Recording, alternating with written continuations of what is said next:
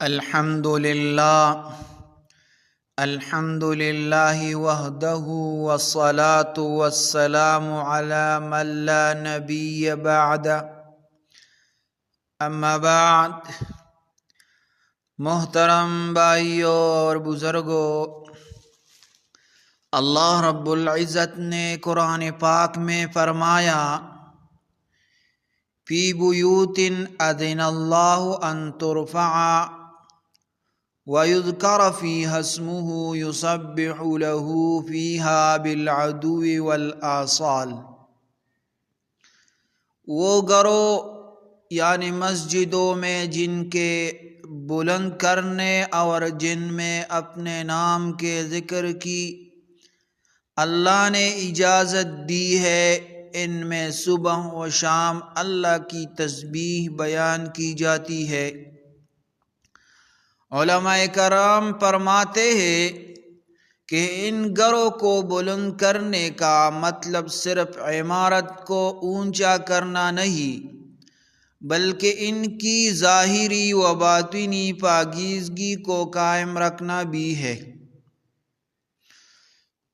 مسجد کی صفائی کی فضیلت میں حضرت انس رضی اللہ تعالیٰ عنہ حضرت انس بن مالک رضی اللہ تعالیٰ عنہ سے روایت ہے کہ رسول اللہ صلی اللہ علیہ وآلہ وسلم نے فرمایا، مجھے میری امت کے اعمال دکھائے گئے، یہاں تک کہ وہ تنکا بھی جو کوئی شخص مسجد سے نکالتا ہے یعنی صفائی کرتا ہے، یعنی مسجد سے کچرا اٹھانا بھی اللہ کے نزدیک عظیم نیکی ہے۔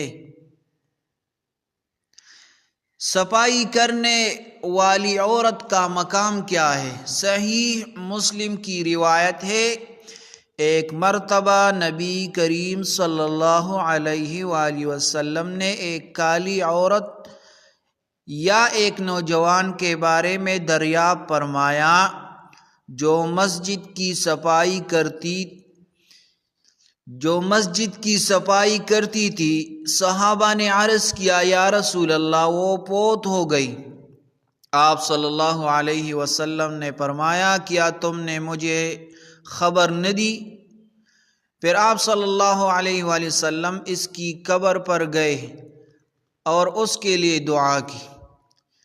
یہ حدیث بتاتی ہے کہ مسجد کی صفائی کرنے والا اللہ کے رسول کی نگاہ میں اتنی اہمیت رکھتا ہے کہ اگر وہ فوت ہو جائے تو نبی علیہ السلام اس کے لیے قبر پر جا کر دعا فرمائیں۔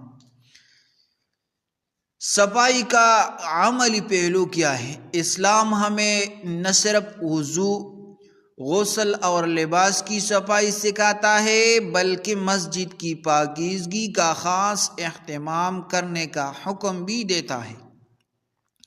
مسجد کی صفائی میں شامل ہے مسجد کے فرش کو دھونا یا جھاڑ دینا، قالین یا چٹائیوں کو صاف رکھنا، مسجد کی دیواروں اور چھت کو گرد و غبار سے پاک کرنا، بیت الخلاء وضو خانہ کی صفائی کا اہتمام، جوتے رکھنے کی جگہ کو صاف رکھنا، خوشبو کا اہتمام تاکہ نمازیوں کو راحت ملے۔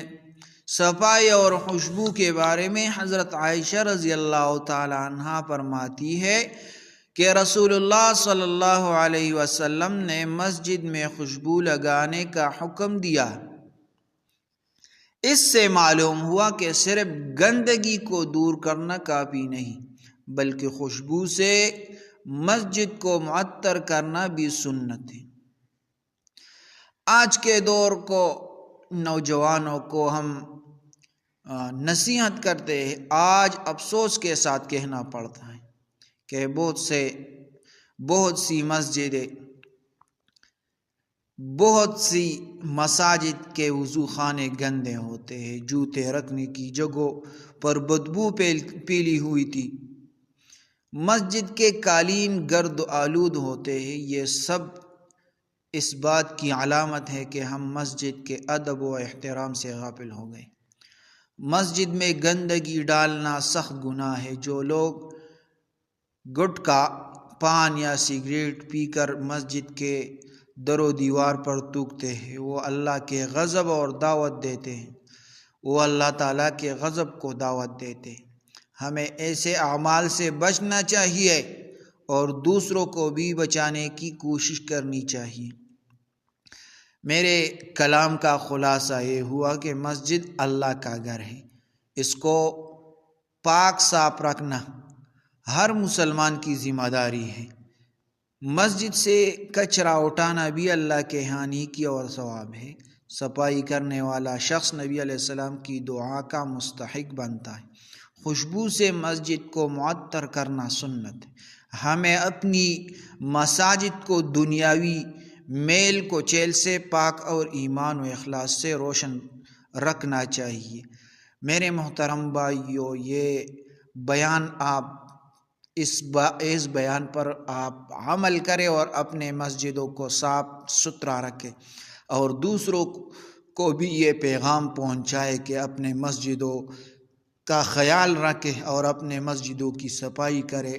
بہت زیادہ مسجدیں اس میں گند پھیلی ہوئی ہے، آپ برائے مہربانی یہ بیان ان لوگوں تک پہنچائیں۔ جزاکم اللہ۔